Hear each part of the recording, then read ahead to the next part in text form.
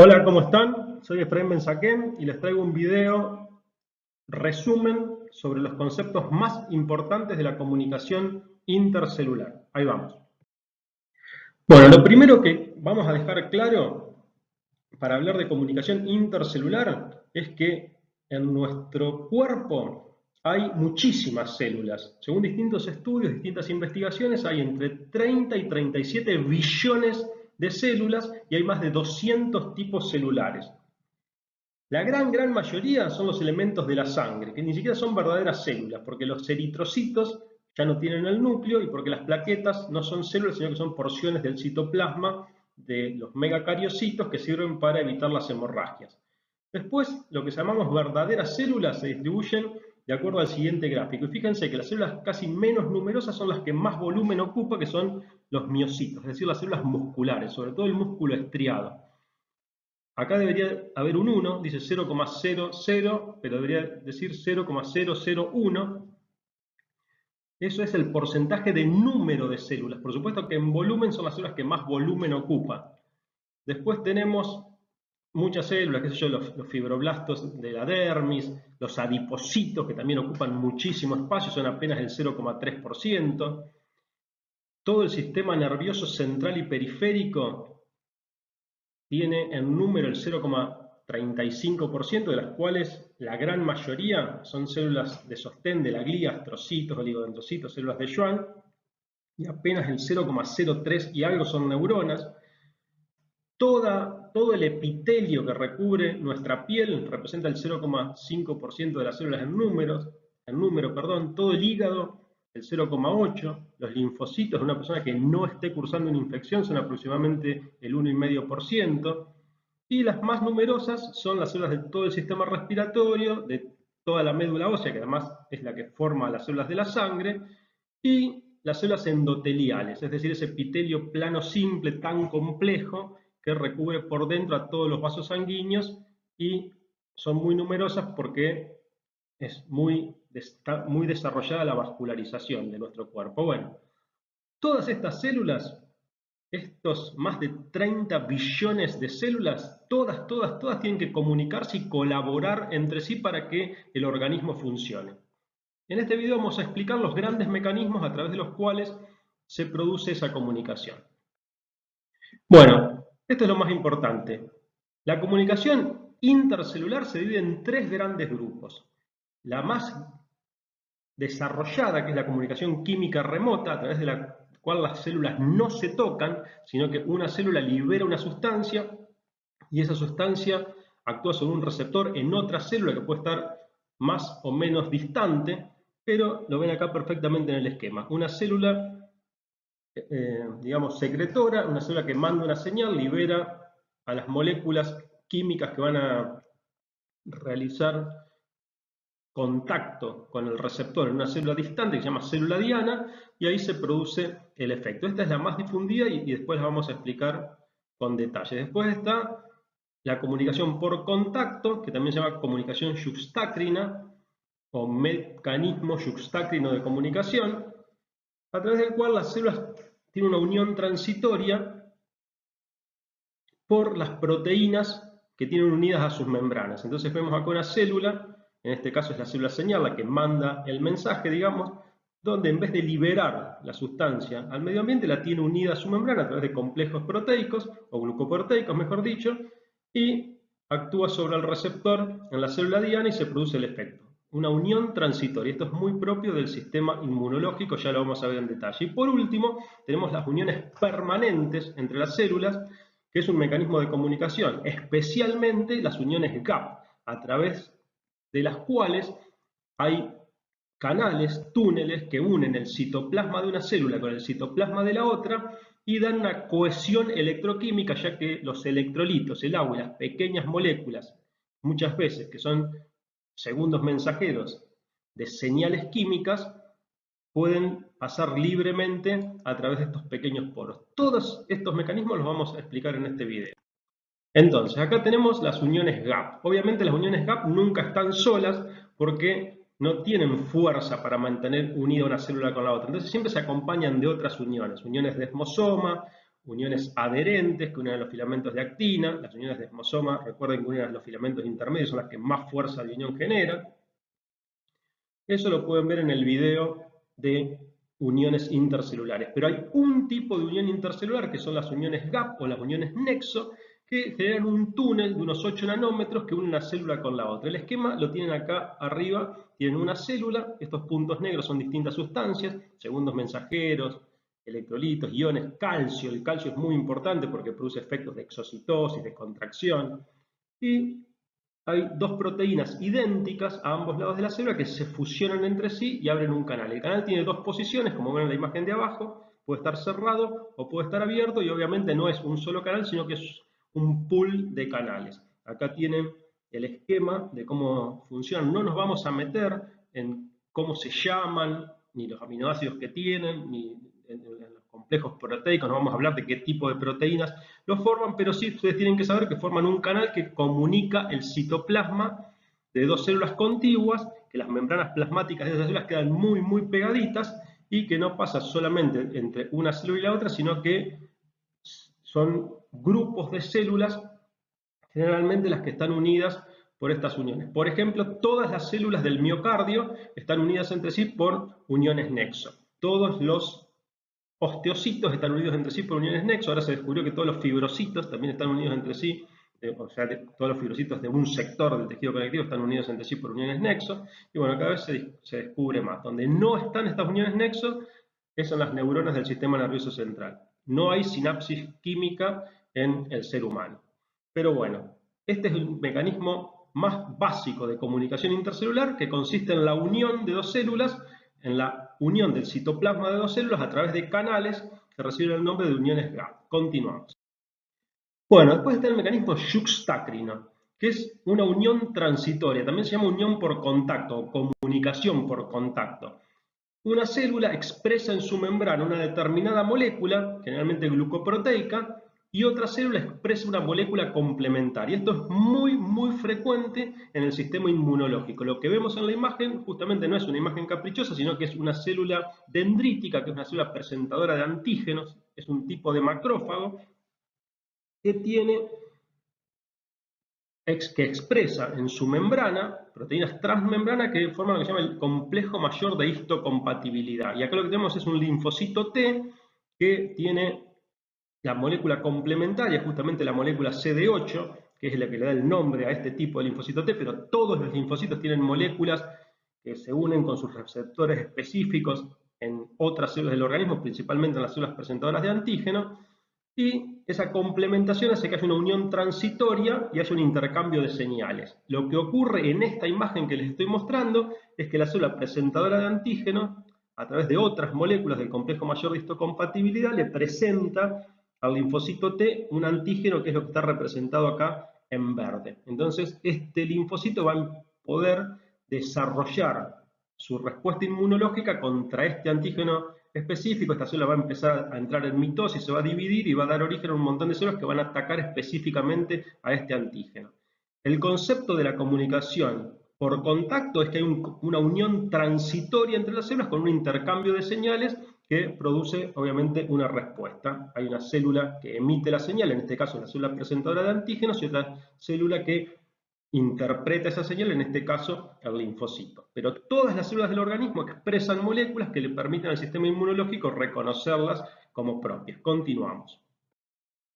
Después tenemos los mecanismos químicos remotos, que son los mecanismos mucho más difundidos y que muchas veces distintos autores, cuando hablan de comunicación intercelular, se limitan a este mecanismo. ¿El concepto cuál es? Que hay una célula que libera un mensajero, esta molécula liberada por la célula, que también se llama célula señal, por la célula, digamos, que envía el mensaje, se puede llamar primer mensajero, se puede llamar ligando. Actualmente a todos se les dice hormonas, esto es algo nuevo, pero ustedes lo van a poder encontrar con distintos nombres. Repito, primer mensajero, ligando, hormona. Bien, es una molécula que es liberada por una célula y actúa en otra célula a distancia, es decir, que las células no se tocan entre sí.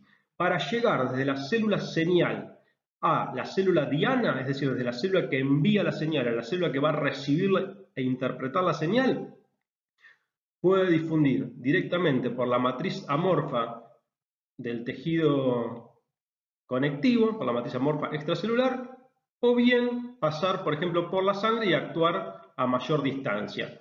Este mecanismo de a cuánta distancia actúa es el que determina cómo se llama en sí el mecanismo. Todo lo que va por la sangre es el mecanismo endocrino propiamente dicho.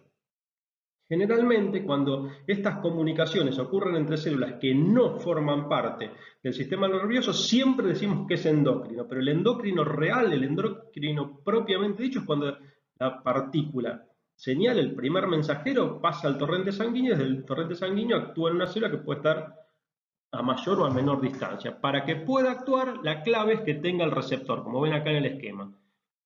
Es decir, la señal, la hormona, puede entrar en contacto con un montón de células, pero solo va a provocar una respuesta en aquellas células que tengan el receptor específico. Es decir, que hay una articulación de ligando y receptor.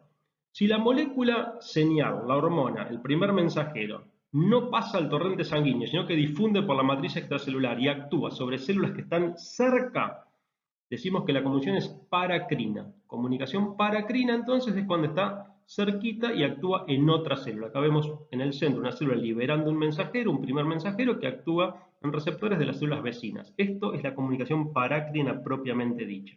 Y dentro de la paracrina tenemos la autócrina o autocrina, donde se libera el mensajero y actúa en un receptor externo de la misma célula que liberó la sustancia. Esto puede generar un mecanismo de autorregulación que ya lo vamos a explicar más adelante. Continuamos.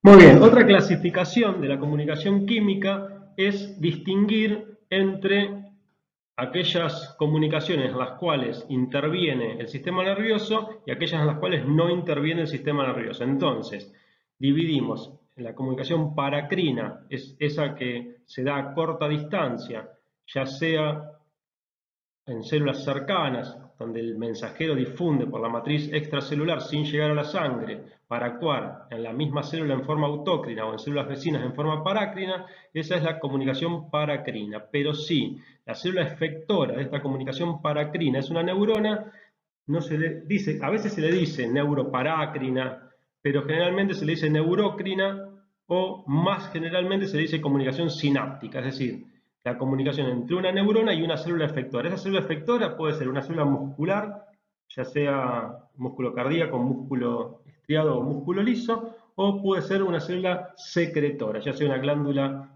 exócrina, es decir, una célula que produzca una secreción exocrina, o una célula que produzca una secreción endocrina.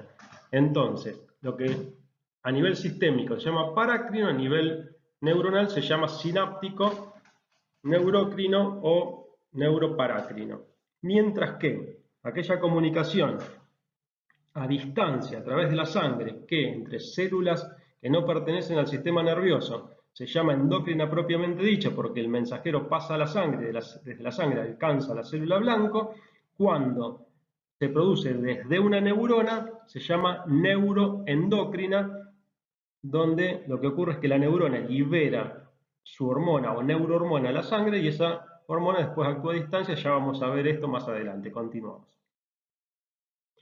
Muy bien, entonces les decía que la transmisión neurócrina o sináptica, a veces llamada neuroparácrina, es la que ocurre en el sistema nervioso entre dos neuronas o bien entre una neurona y una célula efectora, es decir, entre un sector terminal del sistema nervioso hacia una célula efectora externa al sistema nervioso, por supuesto.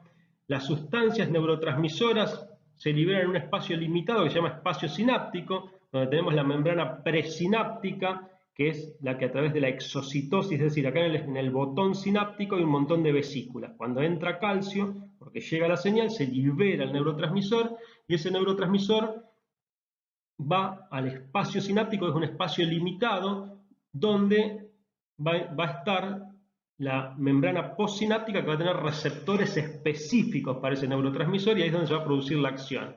Como hay una gran concentración de neurotransmisor y de receptores, la transmisión de la señal va a ser muy rápida.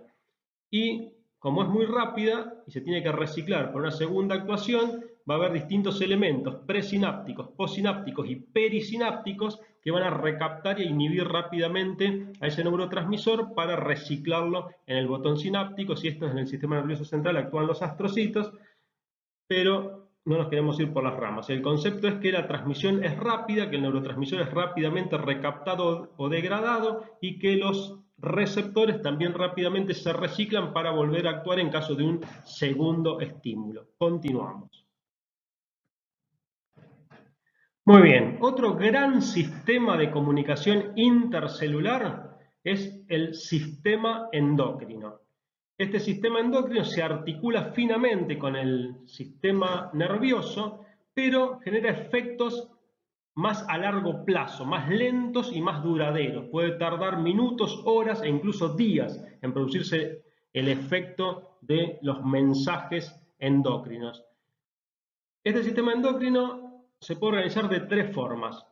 La primera son células que forman glándulas unicelulares, generalmente sobre las membranas basales de los epitelios de las mucosas. Todo el sistema digestivo, todo el sistema respiratorio, todo el sistema genitourinario y también la piel tienen células que transmiten primeros mensajeros, ya sea en forma parácrina o a nivel sistémico, pero sobre todo en forma paracrina. Entonces decimos que son células dispersas en los epitelios, si bien en su conjunto forman lo que llamamos el sistema neuroendocrino difuso.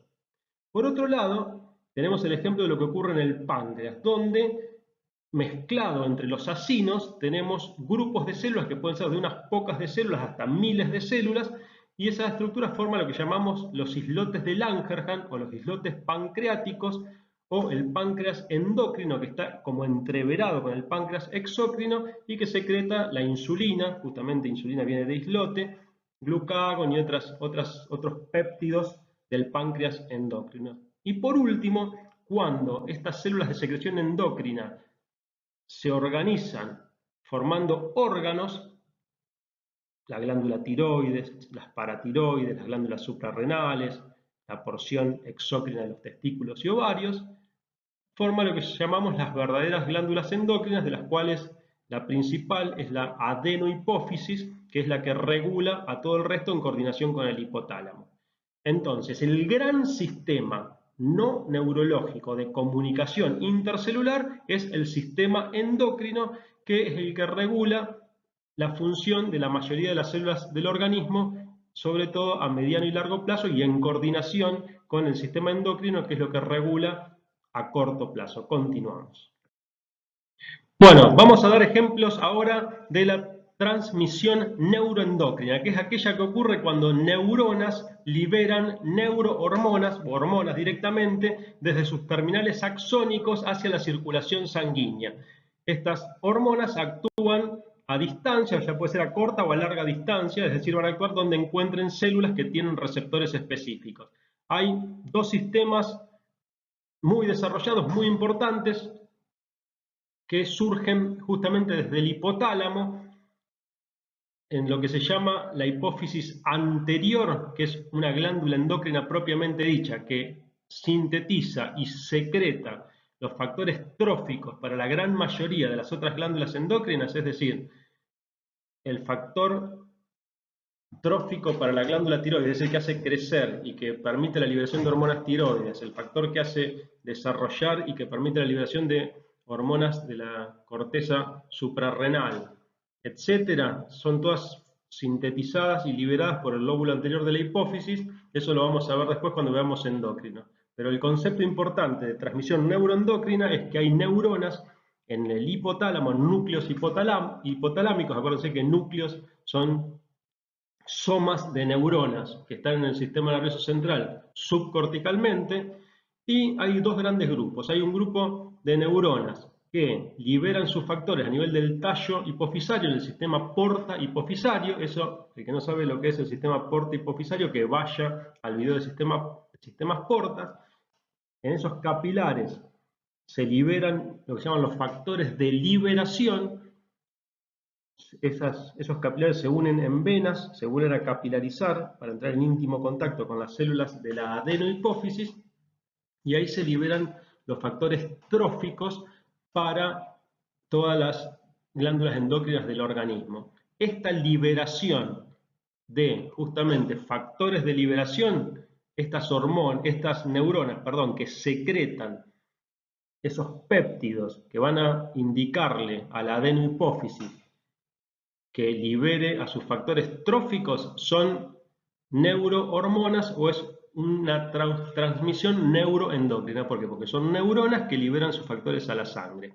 Y otro mecanismo más directo es el que ocurre a nivel de la hipófisis posterior o neurohipófisis, donde las neuronas cuyos somas están en el núcleo supraóptico y paraventricular del hipotálamo, que sintetizan y secretan hormona antidiurética ADH y oxitocina, extienden sus axones hacia el lóbulo posterior de la hipófisis.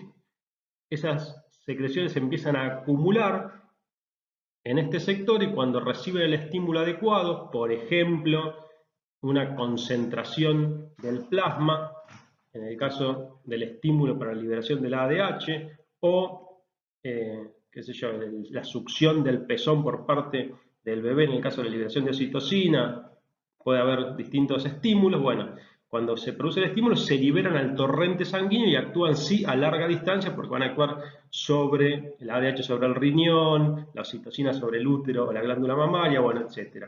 Esto es transmisión neuroendocrina, es lo mismo que la transmisión endocrina, es por la sangre, es a distancia, pero la gran diferencia es que la célula que emite la señal, que libera el transmisor, que libera el primer mensajero, es una neurona. Así de simple. Continuamos. Muy bien, ahora pasamos a otro tema, que es cómo son esos mensajeros, esos primeros mensajeros. Que ahora, como les decía antes, ya a todos se les dice hormonas.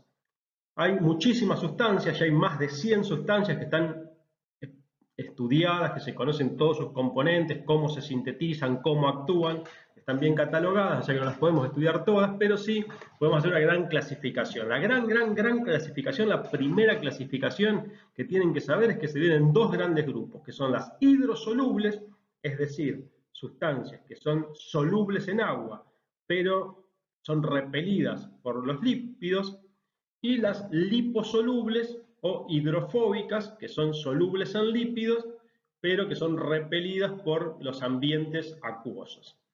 Entonces, las hidrosolubles no van a poder atravesar las membranas celulares, sino que van a tener que actuar sí o sí sobre receptores que van a estar por fuera de la célula, sobre la membrana celular, que es lo que tenemos acá en el esquema.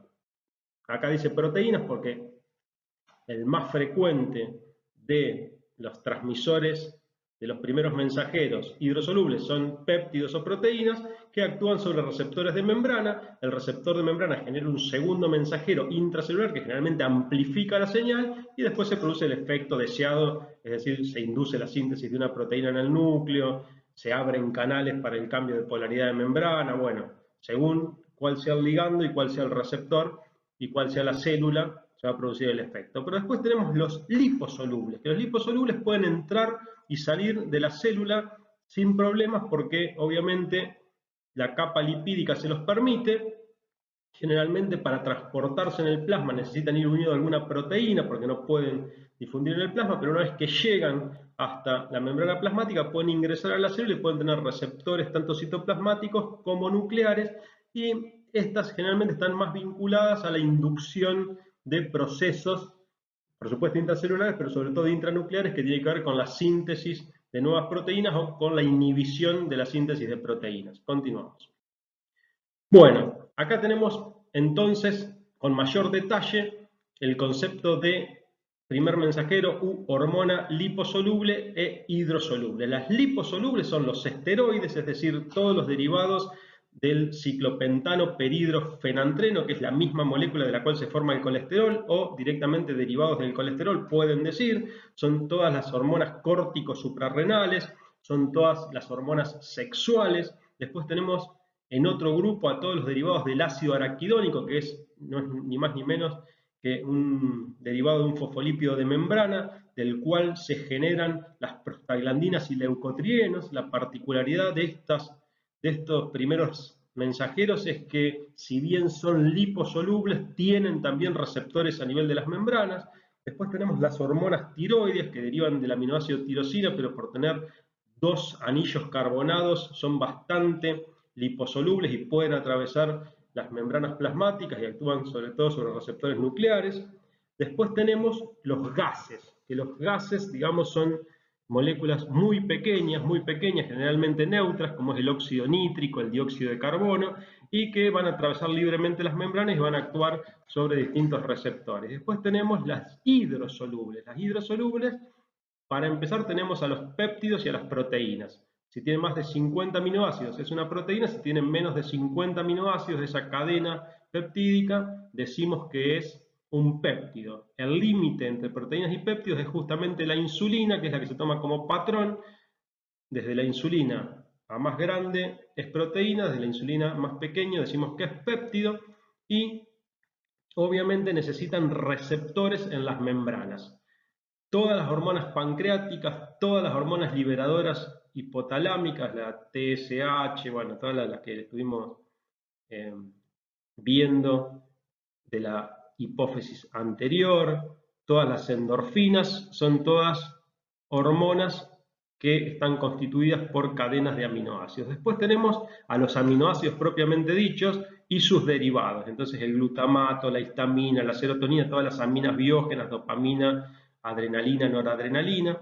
Por otro lado tenemos la acetilcolina, que es la unión de acetil-CoA con el alcohol-colina. Y por último tenemos el GABA, que es el principal neurotransmisor inhibidor a nivel del sistema nervioso central, que es un aminoácido que no se usa para la síntesis de proteína, con lo cual lo ponemos aparte. Esto no importa que sepan específicamente cada uno, pero sí el concepto que todos estos mensajeros hidrosolubles van a actuar siempre sobre receptores de membrana porque no pueden difundir a través de la membrana, mientras que los liposolubles pueden actuar sobre receptores de membrana o sobre receptores intracelulares, ya sea citoplasmáticos o intranucleares. Continuamos.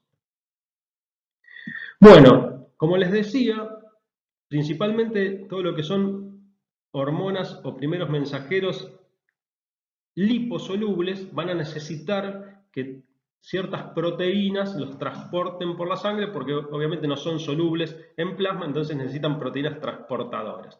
Acá tienen el ejemplo de la proteína transportadora de hormonas tiroides, que también una parte de las hormonas tiroides puede unirse a prealbúmina, son proteínas hepáticas generalmente las que sirven para trasladar a las hormonas, y una pequeña porción siempre está libre, que esa porción es la que va a actuar.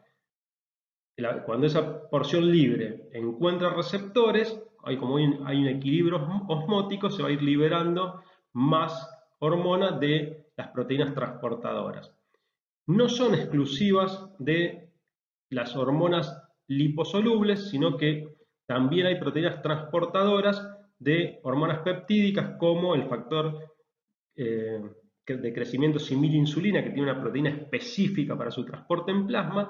Y acá el rol no tiene que ver tanto con la solubilidad, porque las proteínas generalmente son solubles, sino que tiene que ver con proteger a esa hormona de la rápida degradación y permitirle alcanzar íntegramente, o sea, con integridad, alcanzar lo que es los lugares donde tiene que actuar, es decir, las células que tienen receptores específicos. Entonces, un concepto importante es que para que las hormonas del sistema endocrino y neuroendocrino puedan actuar a distancia, muchas veces necesitan de proteínas transportadoras. Bueno, otro concepto importante en la comunicación intercelular son los mecanismos de regulación que existen. Generalmente son mecanismos por retroalimentación. La respuesta de la célula diana tiene un efecto sobre la síntesis y la secreción de aquellas hormonas que regulan a este órgano. La frase parece medio compleja, pero en el dibujo lo vamos a explicar más fácilmente. Tenemos el hipotálamo. El hipotálamo sintetiza y libera péptidos que son los factores de liberación de las hormonas de la glándula adenohipófisis. La glándula adenohipófisis o glándula pituitaria libera los factores tróficos para las grandes glándulas endocrinas. Entonces acá tenemos el ejemplo de la glándula tiroides, pero esto mismo ocurre con la glándula suprarrenal, con los ovarios y testículos, el mecanismo es exactamente el mismo. Vamos con el de la glándula tiroides. El hipotálamo sintetiza y libera el factor de liberación de corticotrofina, la glándula pituitaria o adenohipófisis, que son sinónimos, libera la corticotrofina actúa sobre la glándula tiroides y la glándula tiroides sintetiza y secreta hormonas tiroides. Esas hormonas tiroides pasan a la circulación sanguínea y cuando llegan a la adenohipófisis inhiben la liberación de tirotrofina. A su vez, cuando llegan al hipotálamo, inhiben la liberación de factor de liberación de tirotrofina. Cuando esa inhibición hace que baje el nivel de hormonas tiroides, esa inhibición disminuye, con lo cual se vuelve a liberar factor de liberación y se vuelve a liberar tirotrofina y se vuelven a liberar más hormonas tiroides. Así se va regulando el equilibrio. Este mecanismo se llama de feedback negativo, porque el producto final, en este caso las hormonas tiroides, producen la inhibición de aquellos factores que estimulan su síntesis y secreción. También existen mecanismos de feedback positivo, como vamos a ver en la siguiente diapositiva. Fíjense, la oxitocina liberada por la neurohipófisis es un estimulante fuerte, potente de la contracción del músculo liso del útero y de las células miopiteliales de las glándulas mamarias. En el trabajo de parto, la presión del feto sobre el cuello del útero va a enviarle señales al hipotálamo para que se secrete más oxitocina y así se va acelerando el trabajo de parto. Esto llega un momento que se agota, cuando se agotan los receptores, cuando se agota la acumulación de oxitocina en el lóbulo posterior de la hipófisis y el sistema para hasta que se recupera. Otro mecanismo de feedback positivo, más placentero quizás, es la cuestión de la lactancia. La succión del pezón por el bebé genera el estímulo al hipotálamo para la liberación de más oxitocina y también prolactina en la hipófisis anterior, y estas hormonas estimulan la síntesis y secreción de leche y la oxitocina, la secreción, la expulsión de esa leche desde el alvéolo y sus conductos hacia el exterior para que el bebé se pueda alimentar. Bueno, esto es todo. Espero que este resumen les haya sido más útil que el video anterior y nos vemos en el próximo. Chau, chau.